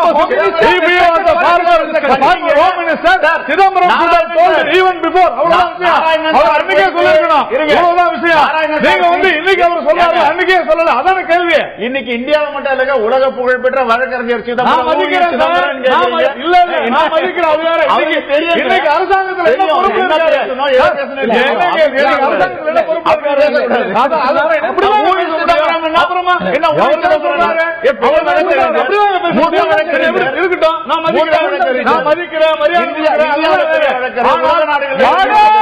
இந்த அரசாங்கத்தை இப்படிப்பட்ட வழக்கு தான் போட வேண்டும். அவருக்கு எந்த அதிகாரமும் கிடையாது. இப்படி கருத்து சுதந்திரம் இருக்குல்ல, சொல்லலாம். அப்ப அன்னைக்கே சொல்லல, தயவு செய்து ஷவுட்டிங் வச்ச மாத்திராதீங்க. இன்றைய பிரதமர் நரேந்திர மோடிக்கு எதிராக கூட ஒரு மாணவர் குரல் கொடுத்திருக்கார், கைது பண்ணிருக்காங்க. அதை யாரும் கேட்கறாங்களா? திரு சுரேஷ் அவர்கள்ட்ட கேட்க வரும்போது திரு சுமன் சொன்னது போல இது செப்பரேட் பண்ணக்கூடிய லைன் என்ன? இதை வந்து சாதாரண ஒரு சட்டம் ஒழுங்கு நடவடிக்கைக்கு உட்படுத்த வேண்டியது, உதாசீனப்படுத்த வேண்டியது, இல்ல இது வந்து தேச துரோகம், ஒரு செடிஷன் அப்படிங்கறது செப்பரேட் பண்ணக்கூடிய லைன் இல்ல. ஃபர்ஸ்ட் ஆஃப் ஆல் செடிஷன் லாவே வந்து ரிப்பீல் பண்ணணும். நம்ம ஏன் ரிப்பீல் பண்ணா, இந்திய சுதந்திரம் அடைஞ்ச பிறகு எத்தனை பேர் செடிஷன் வழக்குல வந்து கைது பண்ணப்பட்டாங்க? ரிப்பீல் பண்ணோம், செடிஷன் ரிப்பீல் பண்ணோம். அது வேற வாதம். இல்ல நீங்க இருக்கக்கூடிய சட்டத்துக்கு இந்த ஃப்ரேம்வொர்க் உட்பட்டு தண்டிக்கப்பட்டிருக்காங்க. நீங்க பாருங்க, அத்தனை செடிஷன் கேஸ்மே வந்து majority of the cases have been thrown out. நீதிமன்றமே வந்து செடிஷன் கேஸ் செல்லாதுன்னு சொல்லிட்டு வைகோ ஆகட்டும், கோவன் பாடகர் கோவன் ஆகட்டும், அல்லது சீமான் ஆகட்டும், எல்லாருமே நீங்க என்எஸ்ஏ போடுறாங்க, செடிஷன் போடுறாங்க, எல்லாமே வந்து வெளிலதான் போயிருக்கு. அதே மாதிரி கூடங்குளத்திலையும் கூடங்குளத்திலயும் நான் என்ன சொல்றேன்னா அவங்க மேல எப்ப வழக்கு போடுறாங்க, இதே தமிழக அரசாங்கம் தான் ஒரு காலத்துல கூடங்குளம் ப்ராஜெக்டை எதிர்த்து இவங்க வந்து மிகப்பெரிய கேம்பெயின் நடத்துறாங்க பை எலெக்ஷன் வரதுக்கு முன்னாடி. அந்த பை எலெக்ஷன் வந்து அதுல ஜெயிச்ச பிறகு தமிழ்நாடு கவர்மெண்ட் வந்து அப்படியே ஸ்டாண்ட் சேஞ்ச் பண்றாங்க.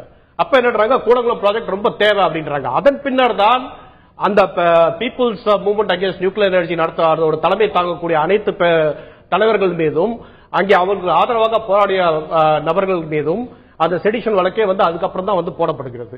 சோ இதெல்லாமே வந்து ஒரு பொலிட்டிக்கல் ரீசனிங்னால நடக்கிறதே தவிர எதுவுமே ஒரு லா அண்ட் ஆர்டர் இஷ்யூவா ஒரு நியாயப்படி அரசியல் இன்டர்ஃபியரன்ஸ் இல்லாம நடக்கல.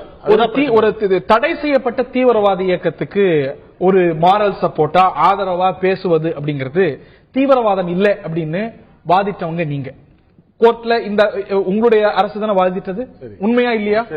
ஆனா இன்னைக்கு கம்ப்ளீட்டா வேற உங்களுக்கு வசதிப்படக்கூடிய நேரத்துல இந்த நிலைப்பாடு எடுத்துக்கிட்டு இன்னொரு நேரத்துல வேற ஒரு நிலைப்பாடு எடுத்தா எப்படி? திரு வைகோ அவர்களுடைய பொட்டா வழக்குல தமிழ்நாடு அரசு அவரை பொட்டால கைது செய்யுது. ஆனா அவர் தீவிரவாத இயக்கத்துக்கு ஆதரவா பேசிட்டாருங்கிற காரணத்தினாலே அது தீவிரவாதம் அல்ல அப்படின்னு மத்திய அரசு ஒரு நிலைப்பாடு எடுத்து இல்ல. இன்னைக்கு அப்சல் குருஹாத் அதாவது அதை நான் மறுபடியும் சொல்றேன், ஒரு இயக்கத்தை இவர்கள் ஆதரிப்பது என்பது தவறல்லன்னு சுப்ரீம் கோர்ட்டே சொல்லிருக்கு. நான் இல்லன்னு மறுக்கல. அப்படி கைது செய்யப்பட்ட பலரை எங்களுடைய கட்சியினரே எங்களுடைய தலைவர்கள் கூட போய் சந்திச்சிருக்காங்க, அதுவும் வேற விஷயம். ஆனா இங்க நடந்தது என்னவென்றால், இந்தியாவை துண்டு துண்டாக ஆக்குவோம் சொல்லி ஒரு பிரிவினைவாத கோஷம் மட்டுமல்ல, ஒரு அடுத்த தலைமுறையான நம்முடைய மாணவர்கள் அவர்கள் இருக்கக்கூடிய ஒரு பல்கலைக்கழகத்துல இது போன்ற ஒரு பிரிவினைவாத கோஷம், அது கூட இவர் நம்ம நண்பர் செல்வ பிறந்தகை சொன்னாரு, அவங்க வந்து முறையா நடத்தினாங்க. முறையாலாம் நடத்தல, அவங்க செய்யுள் ஒப்பிப்போம் அந்த செய்யுள் போட்டிக்காக ஒரு கல்ச்சுரல் இதுக்காக வாங்குறாங்க அனுமதியை வாங்கி அந்த அனுமதியை வாங்கி அதுல வந்து அப்துல் குருனுடைய பதாதைகளை தாங்கி இந்தியாவுக்கு எதிரான பதாதைகளை வைக்கும் போதுதான் இதை நீங்க நடத்தக்கூடாதுன்னு சொல்றாங்க. முதல்ல அங்கேயே ப்ராப்ளம், யூனிவர்சிட்டி மறுத்தும் நடத்துகிறார்கள். இதுதான் விஷயம். ஓகே, இந்த தருணத்தில் ஒரு சிறிய இடைவெளி எடுக்க வேண்டியிருக்கிறது. மேலும் பல கேள்விகள் எழுகின்றன, விவாதிப்போம். ஒரு சிறிய இடைவெளிக்கு பின்னாடி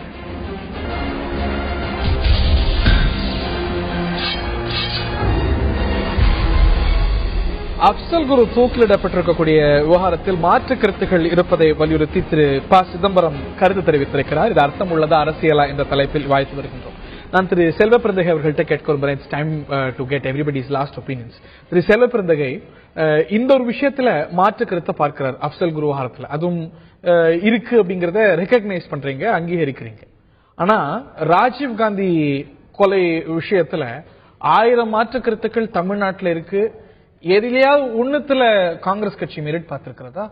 உங்களுக்கு வசதி இல்லாத ஒரு அரசியல் விவகாரம் அப்படின்னா ஒரு நிலைப்பாடும், இன்னைக்கு ஒரு இந்த ஜேஎன்யூ விவகாரத்துல, ஜவஹர்லால் நேரு மாணவர் விவகாரத்துல இந்த அப்சல் குரு விஷயம் மையப்படுது அப்படிங்கும்போது அதுல இருக்கக்கூடிய மாற்று கருத்துக்களை கண்டறிந்து இப்படி இருக்கு அப்படின்னு வலியுறுத்துறீங்க. இல்ல, நீங்க எதை கூட போயிட்டு எதை ஒப்பிட்டு பேசுறீங்கன்னு தெரியல.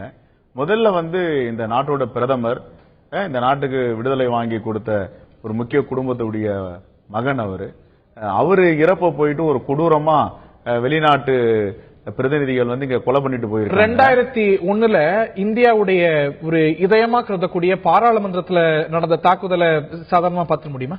யாரும் அப்படி பார்க்க சொல்லல. ரெண்டு வெவ்வேறு தன்மைங்கிறீங்களா? நிச்சயமா ராஜீவ் கொலை அப்படிங்கிறது இல்ல, யார் அப்படி பார்க்க சொன்னாங்க? ரெண்டுத்தையும் எப்படி நீங்க ஒப்பிடுறீங்கன்னு கேட்கிறீங்க. இல்ல இல்ல, நீங்க இப்ப அப்சல் குருவை வந்து செஞ்சது தவறுன்னு சிதம்பரம் சார் எங்கன்னா சொன்னாரா? அதுல மெரிட் பார்க்கிறார் இல்லையா? இல்ல ராஜீவ் காந்தி திருப்பி சிதம்பரம் வந்து அப்சல் குருவுடைய வழக்க வந்து அவரை தூக்கிலிட்டத போயிட்டு நான் வந்து இதை எதிர்க்கிறேன், உண்மைக்கு புறமானது சொல்லி இருக்காரு.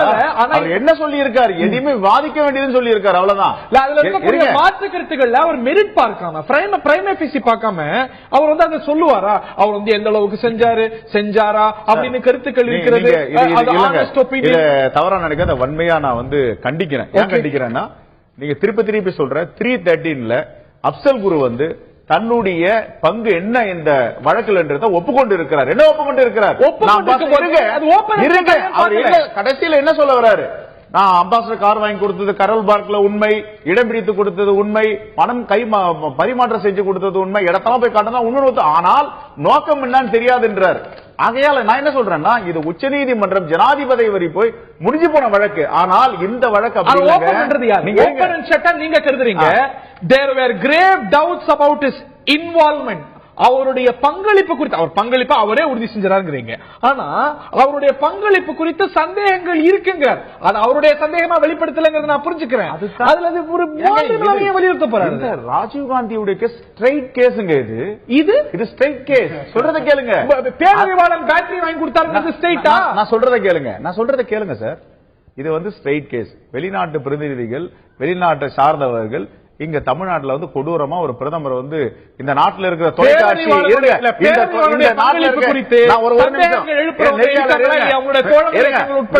இந்த நாட்டில் இருக்க ஒரு நல்ல தொலைக்காட்சியில இருந்து இந்த கேள்வி வர்றது நான் கண்டிப்பா இதை வருத்தமா நினைக்கிறேன். இதை வருத்தப்படுறேன். இல்ல ரொம்ப வருத்தப்படுறேன். இந்த கேள்வி வரவே கூடாது. இந்த கேள்வி எப்படி வரும்? இந்த நாட்டோட முன்னாள் பிரதமரை கொடூரமா கொலை பண்ணிருக்காங்க. உச்சநீதிமன்றம் ஜனாதிபதி வரை போய் தீர்ப்பு வழங்கி இருக்கு. இத போயிட்டு நீங்க வந்து போஸ்ட்மார்ட்டம் பண்ணலாமான்ட்டு நீங்க இது கூட இதை கம்மிட்டி பேசுறது சொல்றீங்கன்னா நீங்க தோழமையில் இருந்த கட்சிகள், தோழமையில் இருக்கக்கூடிய திமுக உட்பட பேரறிவாளனுடைய இன்வால்வ்மென்ட் குறித்து கேள்வி நீதித்துறை மேல் நம்பிக்கை இல்லைன்னு சொல்றாங்களா? அப்ப என்ன சொல்ல வராங்க? அப்சல் குருவான் உங்களுக்கு நீதித்துறை மேல் நம்பிக்கை இல்லையா? யார் சொன்னா அது மாதிரி? திரு சிதம்பரம் இது மாதிரி வந்து தவறு, இது உண்மைக்கு புறம்பானதுன்னு சொல்லி இருக்காரு. அவருடைய கருத்தை அவர் சொல்றாரு. இல்லங்க, நீங்க அவரை கேளுங்க. இந்த கருத்து என்னன்னு. இல்லங்க, எங்களுடைய கட்சி இந்த கட்சி நிராகரிச்சு அவருடைய சொந்த கருத்துன்னு சொல்லிட்டாங்க. நீதிமன்றம் சொல்லி இருக்காரு. நீதிமன்றம் உறுதி செஞ்ச ஒரு விஷயத்தை நீங்களே சொல்றது போல அப்சல் குருவே ஒத்துக்கிட்ட ஒரு விஷயத்தை ஏன் இன்னொரு கருத்து இருக்கிறதா பார்க்கணும். இது டோட்டலா இந்த வழக்கு வேறு, அந்த வழக்கு வேறு. இந்த வழக்குக்கு அந்த வழக்கு என்ன வித்தியாசம்னா, அவன் கான்ஸ்பிரன்சி 120B வராரு. அப்சல் குரு அவர் என்ன சொல்றாரு? 90% நான் கார் வாங்கி கொடுத்தேன், இடம் முடிச்சு கொடுத்தேன், பணம் பரிமாற்றம் சொல்றாரு. நீங்க அது கூட போய் இதை மிங்கிள் பண்ணி கனெக்ட் பண்ணிக்கலாம். இது முற்றிலும் இந்த கேள்வி நிராகரிக்கப்பட வேண்டிய கேள்வி. எந்த அளவுக்கு பங்களிச்சாருன்னு கேக்குறீங்க. பேரறிவாளன் எந்த அளவுக்கு பங்களிச்சார் பாருங்க. நீங்க என்ன தீர்ப்பு வந்திருக்குன்னு படிச்சு பாருங்க. அப்சல் குரு விஷயத்துல தீர்ப்பு படிச்சா அவசியம் இல்ல. அப்சல் குரு விஷயத்துல தீர்ப்பு படிச்சா இது இங்க பாருங்க. இது உச்ச நீதிமன்றம் எல்லாத்தையும் கடந்து 25 ஆண்டுகள் கடந்து போயிட்டு இன்னைக்கு தமிழகமே கண்ணீர் வடித்துக் கொண்டு இருக்கு இந்த வழக்கை பார்த்து. நீங்க போயிட்டு இந்த கேள்வியை வைக்க கூடாது. I am very sorry. Okay, I am very sorry to say செய்யக்கூடாது. கம்பேரபிளா இல்லையாங்கறத மக்கள்கிட்ட விட்டுறேன். ரெண்டுமே நீதிமன்றம் உறுதி செஞ்ச ஒரு விஷயம். ஒரு விஷயத்துல மாற்று கருத்து இருந்தா கண்டிக்கத்தக்கதுங்கிறீங்க, மாற்று கருத்து இருக்கேங்கிற கேள்வியா கண்டிக்கத்தக்கதுங்கிறீங்க. இன்னொரு விஷயத்துல மாற்று கருத்து இருப்பதுங்கிறது ஜனநாயகம் கருத்துறீங்க. ஏங்க நான் சொல்றேன், அப்சல் குரு சொல்றாரு, நிறைய இடத்துல சொல்றாரு. இருங்க தியாகராஜ ராஜீவ் காந்தி யாரு? என்னங்க நீங்க? அப்சல் குரு பல இடத்துல சொல்றாருங்க. இதயங்க இப்ப நாங்க இந்த வழக்கு நீங்க ரெண்டுத்தையும் எப்படி கனெக்ட் பண்றீங்கன்னு தான் சொல்றேன் நானு. யாராவது நியாயப்படுத்தி இருக்காங்களா? அப்சல் குருக்கு தூக்கிலிட்டது தவறுன்னு யாரா சொல்லி இருக்காங்களா? இறுதியான யார் சொல்லி இருக்காங்க? இல்ல, இறுதியான கருத்து சொல்றவங்க இருக்காங்க. அப்படி சொன்னா தப்பு இல்ல. காங்கிரஸ் பேர் இயக்கத்துல என்ன சொல்லி இருக்காங்களான்னு சொல்றது தப்பு இல்ல. காங்கிரஸ் பேர் இயக்கத்துல என்ன சொல்லி இருக்காங்க? சொல்லல. கட்சியை சார்ந்து சொல்லி இருக்காங்களா? தப்பு இல்லங்கிறீங்க. ராஜீவ் விஷயத்துல கேள்வி எழுப்பினாலே கண்டிக்கத்தக்கதுங்கிறீங்க. There is the difference. Okay, நான் திரு நாராயணன் அவர்கள்ட்ட கேட்பது, அப்சல் குரு வழக்குல மாற்று கருத்து இருக்குன்னு சொன்ன அவர் தன்னுடைய கருத்தா கூட சொல்லல, மாற்று கருத்து இருக்குன்னு சொன்ன சிதம்பரம் எடுத்த நிலைப்பாடு தவறுங்கிறீங்க, கண்டிக்கத்தக்கதுங்கிறீங்க. ஆனா முந்தைய இந்திய அரசு, இன்றைய இந்திய அரசு, இந்த பாஜக அரசு உட்பட யாரை தீவிரவாதிகள், மரண தண்டனைக்கு தகுந்தவர்கள், தண்டனை குறைக்கப்படக்கூடாதவர்கள் அப்படின்னு சொல்லுதோ அவர்களுடைய விடுதலையை, அவர்கள் விடுதலை செய்யப்பட வேண்டும் எடுத்த முடிவை வரவேற்றவர் இன்றைய அமைச்சராக இருக்கக்கூடிய பொன் ராதாகிருஷ்ணன். அன்றைய அமைச்சர் சிதம்பரத்துடைய கருத்து தப்பு அப்படின்னா திரு பொன் ராதாகிருஷ்ணனுடைய கருத்து? அவர் மிக சரியாக விஷயத்தை சொன்னார். எப்படி சொன்னார்னா, இந்த 7 விடுதலையை சட்ட ரீதியாக உறுதி செய்தால், சட்டம் அனுமதித்தால் எங்களுக்கு மகிழ்ச்சியே, ஒரு உயிர் போக கூடாது என்பது எங்களுக்கு ஒரு நல்ல விஷயம். மத்திய அரசு பாஜக மத்திய தலைமை சொல்லல. ஆனால் சட்ட ரீதியாக அது ஒரு கேள்விக்குறியாக இருந்த பொழுது அப்பொழுதும் திரு பொன் ராதாகிருஷ்ணன் சொன்னார், என்னுடைய அந்த கருத்து இதுதான், ஆனால் சட்டம் அனுமதிக்கவில்லை என்று சொன்னால் நாம் என்ன செய்ய முடியும்? தெளிவா சொன்னார். இதுல வந்து மத்திய அனுமதிக்கவே அனுமதிக்காதுன்னு கருதுது. ஆனா அதே கட்டத்துலதான் தமிழக அரசு முடிவெடுத்த சமயத்துலதான் திரு பொன் ராதாகிருஷ்ணன் என்ன சொல்றாரு, தமிழக அரசு முடிவெடுத்து நான் வரவேற்கிறேன். அப்படி சொல்லல, பாஜக அப்படி சொன்னது. பொன் ராதாகிருஷ்ணன் இன்னைக்கு கூட மாத்தி சொல்ல மாட்டாரு. நல்லா புரிஞ்சுங்க. அதாவது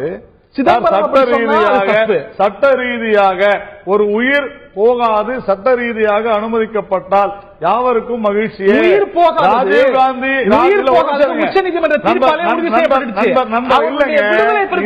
ஆமாங்க, விடுதலை கூட தான். விடுதலை கூட சட்டம் அனுமதித்தால் தாராளமாக வர. சட்டம் அனுமதிக்காதுன்னு தவறா சொல்றீங்க. அந்த சட்டம் அனுமதித்தால் தாராளமாக பாஜகவே நிற்காது. பாஜக நீதிமன்றத்தினுடைய உறுதியாக ஏற்கும். அவர் சட்டத்துக்குள்ளே போல. தமிழ்நாடு அரசு, தமிழ்நாடு சட்டமன்ற தீர்மானம் நிறைவேற்றது, அது அப்படியே வரவே. சரியா சொன்னீங்க. தமிழ்நாடு அரசு சட்டமன்றம் தீர்மானம் நிறைவேற்றும் பொழுது இந்த நீதிமன்ற தீர்ப்பை விட இது மூலமாக வெளியேறி விடலாம் என்கின்ற ஒரு விஷயம் இருந்தது. ஆனால் அதற்கு பிறகு மேல்முறையீடு அல்லது கோர்ட்ல அது முடியாது அப்படின்றது ப்ரூவ் ஆச்சு. சட்டத்தை யாரும் மீற முடியாது. பொன் ராதாகிருஷ்ணன் கூட சட்டத்தை மீறி எதுவும் செய்ய முடியாது என்பதுதானே உண்மை. சிதம்பரமும் செய்ய முடியாது. இப்ப என்ன சொல்ற, நான் என்ன கேட்கிறேன், இல்ல ஒரு நிமிஷம், நான் செல்வ பிறந்தகை சொன்னாரு, ராஜீவ் காந்தி மரணம் என்பது இந்த நாட்டிலே நடந்த ஒரு மிகப்பெரிய சோகமான விஷயம்தான். ஆனால் அதை விட 100 மடங்கு பிரமோத் மகாஜன் அவர்கள் இல்லை என்று சொல்லியிருந்தால் இந்த நாட்டிலே இன்றைக்கு இருக்கக்கூடிய பாஜக தலைவர் உட்பட, காங்கிரசினுடைய இன்றைய தலைவர் சோனியா உட்பட அவர்களுடைய உயிருக்கு மிகப்பெரிய ஆபத்து ஏற்பட்டிருக்கும். அதை தடுத்தது பாஜக. அன்றைக்கு சோனியா அவர்கள் எடுத்த நிலைப்பாடு வேறு, இன்னைக்கு சிதம்பரம் அவர்கள் எடுத்த நிலைப்பாடு வேறு. விஷயம் இன்றைய மத்திய அரசுடைய நிலைப்பாட்டுக்கு மாறா திரு பொன் ராதாகிருஷ்ணன் சொல்லக்கூடிய கருத்தும் சொல்லல. அப்பா சொல்றீங்க. இல்ல, இது தவறு. பொன் ராதாகிருஷ்ணன் சட்டசபையினுடைய அந்த தீர்மானத்தை வரவேற்றார், அதுல சந்தேகமே இல்லை. ஆனால் அதன் பிறகு நீதிமன்றம் அதை அனுமதிக்கவில்லை. அப்பொழுது நீதிமன்றத்துக்கு அந்த தீர்ப்புக்கு தடை வழங்குகிறோம். இவ்வளவுதான் விஷயம். நீதிமன்றம் அனுமதிக்காததுக்கு முன்னாடி அனுமதிக்க கூடாதுன்னு மத்திய பாஜக அரசு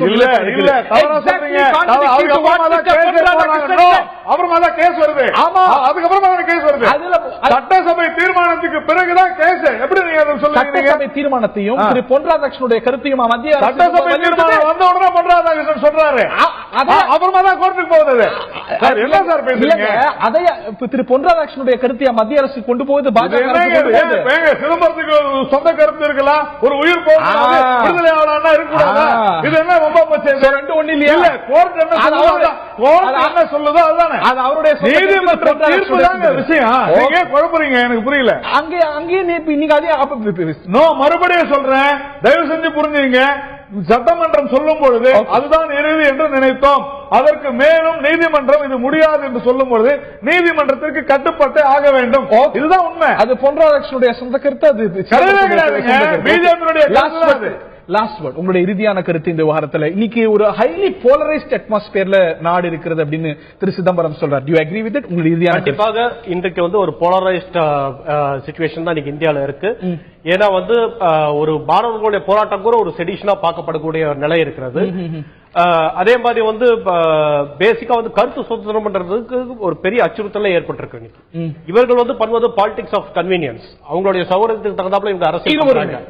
ஆமா, இருவருமே இதுல எந்த அரசியல் கட்சியுமே மாற்றாக இருக்க முடியாது. அவங்களுடைய பாலிடிக்ஸ் ஆஃப் கன்வீனியன்ஸ். ஆனால் ஜனநாயகம் வலுவடைய வேண்டும் என்றால் நாம் மாற்று கருத்துக்கு இடம் தர வேண்டும். இந்த போலரைசேஷன் என்பது நாட்டுக்கு மிகப்பெரிய ஒரு ஆபத்தை உண்டாக்குமே தவிர அது நன்மைக்காக அல்ல. திரு சுமந்துடைய இறுதியான ஃபைனல் ஒப்பீனியன். இதுவரைக்கும் இல்லாத அளவுக்கு நாடு பிளவுபட்டிருக்கிறார் Thiru Chidambaram. Do you agree with it? இறுதியான கருத்து. இல்ல இல்ல இல்ல அதாவது ஒரு அரசுக்கு ஒரு பொறுப்பு இருக்கிறது. தேசிய இந்தியாவினுடைய ஒருமைப்பாட்டிற்கு என்ன ஒரு அச்சுறுத்தல் இருந்தாலும் நடவடிக்கை எடுக்க வேண்டியது அரசனுடைய கடமை. கருத்து சுதந்திரம் இருக்க வேண்டும் என்று மாற்று கருத்து இருக்க முடியாது. ஆனால் nothing is absolute. Freedom is also not absolute. ஏதேனும் ஒரு வரைமுறைக்கு உள்ளதான் நம்ம எல்லாமே வச்சுக்கணும். அந்த லைன் எங்க அப்படிங்கறதுல தான் இந்த கருத்து வேறுபாடு இருக்கிறதே தவிர இவங்க என்ன சொல்றாங்க, இது கருத்து சுதந்திரத்துல ஒரு பாதிப்பு ஏற்படுதுங்கிறாங்க. இல்ல அது இன்டர்னல் செக்யூரிட்டிக்கு இது தேவைங்கிறாங்க. அந்த ஒரு டிபேட் தானே தவிர இந்தியா பெரிய அளவுல பிளவுபட்டிருக்கிறது இந்த விஷயத்தில் அப்படின்னு ஏற்றுக்கொள்ள முடியாது. கருத்து சுதந்திரம் ஏதேனும் ஒரு வரைபாட்டுக்குள்ளதான் இருக்க வேண்டும். ஒரு அன்பெட்டர்டு ஃப்ரீடம் எங்கேயுமே கிடையாது உலகத்துல. அது ஐரோப்பிய நாடுகளாக இருக்கட்டும், அமெரிக்காவாக இருக்கட்டும், எங்க இருந்தாலும் ஏதேனும் ஒரு வரைமுறை வச்சிருக்காங்க. அந்த லைனை கிராஸ் பண்ணாங்களா கிராஸ் பண்ணலையா அப்படிங்கறதுல தான் இந்த விவாதமே தவிர இந்தியாவினுடைய ஒருமைப்பாட்டிற்கு பங்கம் விளைவிக்கும் எந்த ஒரு விஷயமாக இருந்தாலும் அதை தடுத்து நிறுத்த வேண்டியது அரசனுடைய கடமை, பொறுப்பு. அது மாற்று கருத்து இருக்க முடியாது.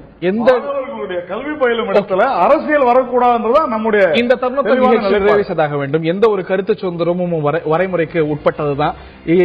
ஏதோடு இந்த கருத்து சுதந்திரம் முடியுது, எதுல இருந்து இந்த தேச துரோகம், இந்த ஒரு செடிஷன் அப்படிங்கறத ஆரம்பிக்குது அப்படிங்கறதுலதான் இந்த ஒரு குழப்பமும் இந்த ஒரு விவாதமும் கூட. இந்த நிகழ்ச்சியில் பங்கு பெற்ற விருந்தினர்கள் அனைவருக்கும், பார்த்த நேயர்களுக்கும் நன்றி தெரிவித்து விடைபெறுகின்றோம். வணக்கம். தொடர்வது கேள்விக்கென்ன பதில். தொடர்ந்து இணைந்திருங்கள் தந்தி டிவியுடன்.